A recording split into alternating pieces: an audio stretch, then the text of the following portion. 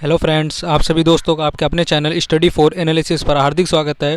तो दोस्तों, आज हम लोग अपनी हिस्ट्री की क्लास नंबर 2 कर रहे हैं और इससे पहले कल हम लोग अपनी हिस्ट्री की क्लास नंबर 1 कर चुके हैं। तो दोस्तों, आज हमारी यह क्लास नंबर 2 है। दोस्तों, आप लोग क्लास को लाइक, शेयर और अपने चैनल स्टडी फॉर एनालिसिस को सब्सक्राइब जरूर किया करिए। और चलिए दोस्तों, आज की हम लोग क्लास शुरू करते हैं। पहला प्रश्न है, महात्मा बुद्ध की मृत्यु के बाद उनके शरीर के अवशेषों पर कितने स्तूपों का निर्माण किया गया था? तो दोस्तों, इस प्रश्न का बिल्कुल सही उत्तर होगा 8 स्तूपों का निर्माण किया गया था। जब महात्मा बुद्ध की मृत्यु हो गई थी तब उनके शरीर के 8 टुकड़े किए गए थे, मतलब 8 स्तूपों का निर्माण किया गया था। अगला प्रश्न है, गुप्तोत्तर काल में राजा द्वारा प्रदत्त भूमि अनुदानों के आज्ञा पत्र क्या कहलाते थे? तो दोस्तों, इस प्रश्न का बिल्कुल सही उत्तर होगा, इस प्रश्न का सही उत्तर होगा हमारा शासन पत्र कहलाते थे। प्रश्न नंबर तीसरा है, किस इमारत को ताजमहल की फूहड़ नकल कहा जाता है? तो दोस्तों, बीबी के मकबरे को ताजमहल की फूहड़ नकल कहा जाता है दोस्तों। और जो बीबी का मकबरा है, यह हमारा औरंगाबाद महाराष्ट्र में है। और जैसे कि आप जानते हैं, औरंगाबाद जो शहर है महाराष्ट्र का, उसका नाम बदलकर अब संभाजी नगर कर दिया गया है। अगला प्रश्न है, अब हुजूर दफ्तर क्या है? तो दोस्तों, इस प्रश्न का बिल्कुल सही उत्तर होगा हुजूर दफ्तर हमारे पुणे में पेशावर का पेशवा का सचिवालय है। अगले प्रश्न में आप चलते हैं, लिंगायत संप्रदाय के अनुयायी किस देवता के उपासक थे? तो दोस्तों, इस प्रश्न का सही उत्तर होगा शिव देवता के उपासक थे लिंगायत संप्रदाय के अनुयायी। अगला प्रश्न है, अब दीवान ए ईशा का क्या अर्थ है?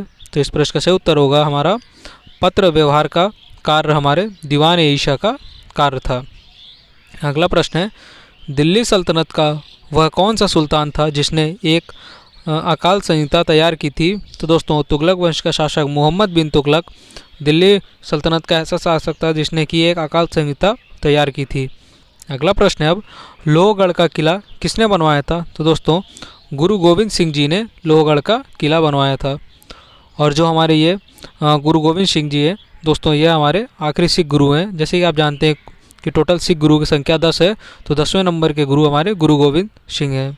अगला प्रश्न है, अब कश्मीर के मार्तंड मंदिर के संस्थापक कौन थे? तो दोस्तों, इस प्रश्न का सही उत्तर होगा ललितादित्य मुक्तापीड़ कश्मीर के मार्तंड मंदिर के संस्थापक थे। अगला प्रश्न है, ऋग्वेद में किस अपराध का सबसे अधिक उल्लेख किया गया है? तो इस प्रश्न का सही उत्तर होगा पशु चोरी का सबसे ज़्यादा उल्लेख किया गया है ऋग्वेद में।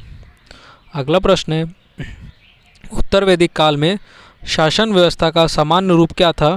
तो इसका सही उत्तर होगा राजतंत्र था। अगला प्रश्न है, मौर्य वंश का कौन सा शासक वृद्धावस्था में जैन संत भद्रबाहु के साथ दक्षिण चला गया था? तो इस प्रश्न का बिल्कुल सही उत्तर होगा चंद्रगुप्त मौर्य। और दोस्तों, यह हमारे मौर्य वंश का संस्थापक भी थे हमारे चंद्रगुप्त मौर्य। अगला प्रश्न है, अब गुप्तोत्तरकालीन भूमि व्यवस्था के विरोध अथवा विद्रोह स्वरूप किस धार्मिक संप्रदाय का उदय हुआ है? तो दोस्तों, इस प्रश्न का सही उत्तर होगा लिंगायत संप्रदाय का उदय हुआ है।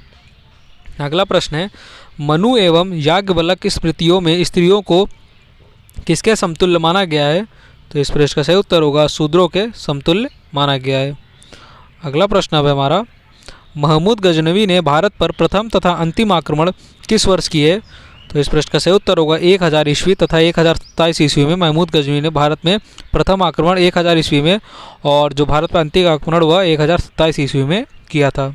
अगला प्रश्न है, राष्ट्रकूट किस राजवंश का उत्तराधिकारी राजवंश था? तो इस प्रश्न का सही उत्तर होगा वाकाटक राजवंश का यह उत्तराधिकारी राजवंश था। अगला प्रश्न है, मीर कासिम ने अपनी राजधानी मुर्शिदाबाद से कहाँ स्थानांतरित की थी? तो इस प्रश्न का सही उत्तर होगा मीर कासिम ने अपनी राजधानी मुर्शिदाबाद से मुंगेर स्थानांतरित की थी। अगला प्रश्न है, चोल शासक किस मत के संरक्षक थे? तो इस प्रश्न का सही उत्तर होगा चोल शासक जो थे वह शैव मत के हमारे संरक्षक थे। अगला प्रश्न है, चित्तौड़ अभियान के दौरान एक फारसी इतिहासकार अलाउद्दीन खिलजी के साथ गया था, वह कौन था? तो इस प्रश्न का सही उत्तर हो जाएगा वह था हमारा अमीर खुसरो। अगला प्रश्न है, अब हड़प्पा संस्कृति में घोड़े की अस्थियां किस स्थल से प्राप्त हुई हैं? तो दोस्तों, इस प्रश्न का बिल्कुल सही उत्तर होगा सुरकोटदा से घोड़े की अस्थियां वाले स्थल प्राप्त हुआ है। अगला प्रश्न है, अब संगम युग में रचित ग्रंथ तोलकप्पियम का विषय क्या है? तो इस प्रश्न का सही उत्तर होगा तमिल व्याकरण इसका विषय है। अगला प्रश्न अब हमारा है कि जूनागढ़ स्थित सुदर्शन झील का निर्माण किसने कराया था? तो इस प्रश्न का सही उत्तर होगा चंद्रगुप्त मौर्य ने। जूनागढ़ में जो स्थित सुदर्शन झील है दोस्तों, इसका निर्माण हमारे चंद्रगुप्त मौर्य ने कराया था। अगला प्रश्न है अब, मिस्र के शासक टोलमी ने डायनियस को दूत बनाकर भारत के किस शासक के पास भेजा था? तो इस प्रश्न का सही उत्तर होगा बिंदुसार के दरबार में भेजा था। अगला प्रश्न है, अभिलेखों में देवनाम, प्रिय तथा प्रियदर्शी किस शासक को कहा गया है? तो इसका सही उत्तर होगा अशोक को कहा गया है। अगले प्रश्न में हम लोग चलते हैं, किस बौद्ध भिक्षु के प्रभाव से अशोक का धर्म परिवर्तन हुआ? तो इस प्रश्न का सही उत्तर होगा उपगुप्त के प्रभाव से अशोक का धर्म परिवर्तन हुआ था। अगला प्रश्न है, इस्लामी स्थापत्य कला का सर्वाधिक बहुमूल्य रत्न समझे जाने वाले अलाई दरवाजे का निर्माण किसने कराया था? तो इस प्रश्न का बिल्कुल सही उत्तर होगा अलाउद्दीन खिलजी, जो कि खिलजी वंश का शासक है। इसने अलाई दरवाजे का निर्माण करवाया था।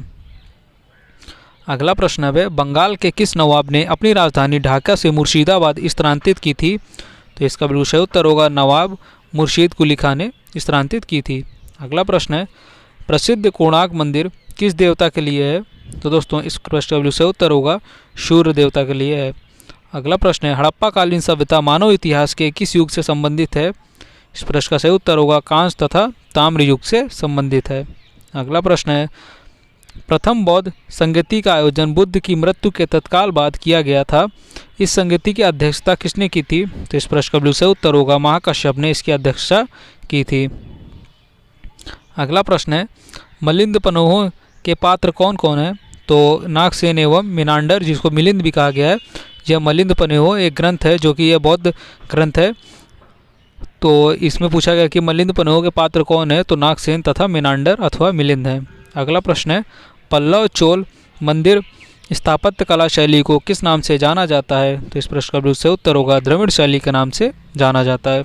अगला प्रश्न है, कल्याणी के चालुक्य के सर्वाधिक प्रबल शत्रु कौन थे? इस प्रश्न का बिल्कुल सही उत्तर होगा तंजावुर के चोल थे।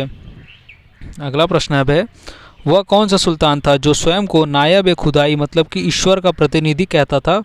तो दोस्तों गुलाम वंश का शासक बलबन अपने आप को नायब ए खुदाई मतलब कि ईश्वर का प्रतिनिधि कहता था। अगला प्रश्न है, रजमनामा के नाम से किस संस्कृत ग्रंथ का अनुवाद किया गया है? तो दोस्तों रजनामा के नाम से जो अनुवाद किया गया वह महाभारत का है। अगला प्रश्न है, ईरान की सीमा के समीप स्थित हड़प्पा कालीन प्रमुख स्थल का नाम क्या है? तो दोस्तों इस प्रश्न का बिल्कुल सही उत्तर होगा सुतकांगोडोर। ईरान की सीमा के समीप स्थित हड़प्पा कालीन स्थल है। अगला प्रश्न है, नवीनतम हड़प्पा कालीन स्थल धौराविया किस राज्य में खोजा गया? तो इस प्रश्न का बिल्कुल सही उत्तर होगा गुजरात राज्य में खोजा गया। अगला प्रश्न है, किस जैन तीर्थंकर को भगवान श्री कृष्ण का निकट संबंधी माना जाता है? तो दोस्तों अरिष्ट नेमी या फिर नेमीनाथ जी को माना जाता है। अगला प्रश्न है, मौर्य सम्राट में सीताध्यक्ष किस विभाग का अध्यक्ष होता था? तो यह हमारे कृषि विभाग का अध्यक्ष होता था मौर्य कालीन में सीताध्यक्ष। अगला प्रश्न अब हमारा है, इसमें यह पूछा गया कि अलाउद्दीन खिलजी ने किस प्रदेश से अपार संपदा प्राप्त करके सल्तनत का राजगद्दी पर अधिकार किया था? तो इस प्रश्न का बिल्कुल सही उत्तर होगा देवगिरी। अगला प्रश्न है, जौनपुर के सुल्तानों ने शर्की उपाधि को किस कारण धारण किया था? तो जो इसका उत्तर होगा वह है, इस राजवंश के संस्थापक मलिक काफूर को मोहम्मद बिन तुगलक ने सुल्तान उल शर्क मतलब पूर्व का स्वामी की उपाधि से अलंकृत किया था। अगला प्रश्न है, मुगल साम्राज्य का प्रांतों में विभाजन सर्वप्रथम किसने किया था? तो इस प्रश्न का बिल्कुल सही उत्तर होगा अकबर ने सर्वप्रथम विभाजन किया था मुगल प्रांतों का। अगला प्रश्न है, दिल्ली के सिंहासन पर बैठने वाला पहला अफगान शासक कौन था? तो इस प्रश्न का बिल्कुल सही उत्तर होगा बहलोल लोदी था पहला अफगान शासक दिल्ली के सिंहासन पर बैठने वाला। और दोस्तों जो हमारा लोदी वंश है इसको हम लोग प्रथम अफगान वंश और जो हमारा दूसरा अफगान वंश है उसको शूरी वंश भी कहते हैं, जिसको शेर शाह सूरी ने स्थापित किया था। अगला प्रश्न अब हमारा है, भारत में पुर्तगालियों का पहला गवर्नर कौन था? तो इस प्रश्न का बिल्कुल सही उत्तर होगा अल्फांसो डी अल्बुकर भारत में पुर्तगालियों का पहला गवर्नर था। अगला प्रश्न है, वास्को डी गामा पहली बार भारत कब आया था? तो इस प्रश्न का सही उत्तर होगा 27 मई 1498 को वास्को डी गामा भारत आया था। अगला प्रश्न है, भगवान बुद्ध को निर्वाण कहाँ प्राप्त हुआ? तो इस प्रश्न का सही उत्तर होगा कुशीनगर में भगवान बुद्ध को निर्वाण अथवा मृत्यु प्राप्त हुई थी। अगला प्रश्न है छत्रपति शिवाजी की मंत्रिपरिषद को क्या कहा जाता है? तो इस प्रश्न का बिल्कुल सही उत्तर होगा अष्टप्रधान कहा जाता है छत्रपति शिवाजी की मंत्रिपरिषद को। अगला प्रश्न है अथर्ववेद का ब्राह्मण ग्रंथ कौन सा है? तो इस प्रश्न का सही उत्तर होगा गोपद ब्राह्मण अथर्ववेद का ब्राह्मण ग्रंथ है। अगला प्रश्न है बाबा फरीद कौन थे? तो दोस्तों जो हमारे बाबा फरीद थे यह प्रसिद्ध सूफी संत थे। अगला प्रश्न है किस मुगल सम्राट को राष्ट्रीय सम्राट कहा जाता है? तो दोस्तों अकबर को राष्ट्रीय सम्राट कहा जाता है। अगला प्रश्न है नूरजहां का वास्तविक नाम क्या था?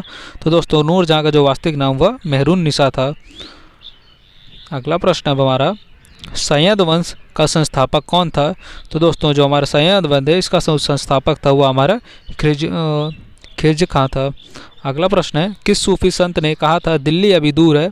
तो दोस्तों निजामुद्दीन औलिया ने जलालुद्दीन मतलब कि जो हमारे तुगलक वंश के संस्थापक थे गयासुद्दीन तुगलक उनको कहा था कि हुनूज अभी दिल्ली दूर है। तो दोस्तों यह जो हमारा दिल्ली अभी दूर है यह जो कथन है ये निजामुद्दीन औलिया ने गयासुद्दीन तुगलक को कहा था। अगला प्रश्न है किस ग्रंथ का अनुवाद रजनामा के नाम से किया गया? तो दोस्तों महाभारत जो हमारी ग्रंथ है इसका अनुवाद रजनामा के नाम से किया गया, वो भी जब हमारे मुगल सम्राट अकबर थे तब। अगला प्रश्न है मराठा स्वतंत्र संग्राम का नेतृत्व औरंगजेब के विरुद्ध किस महिला ने किया?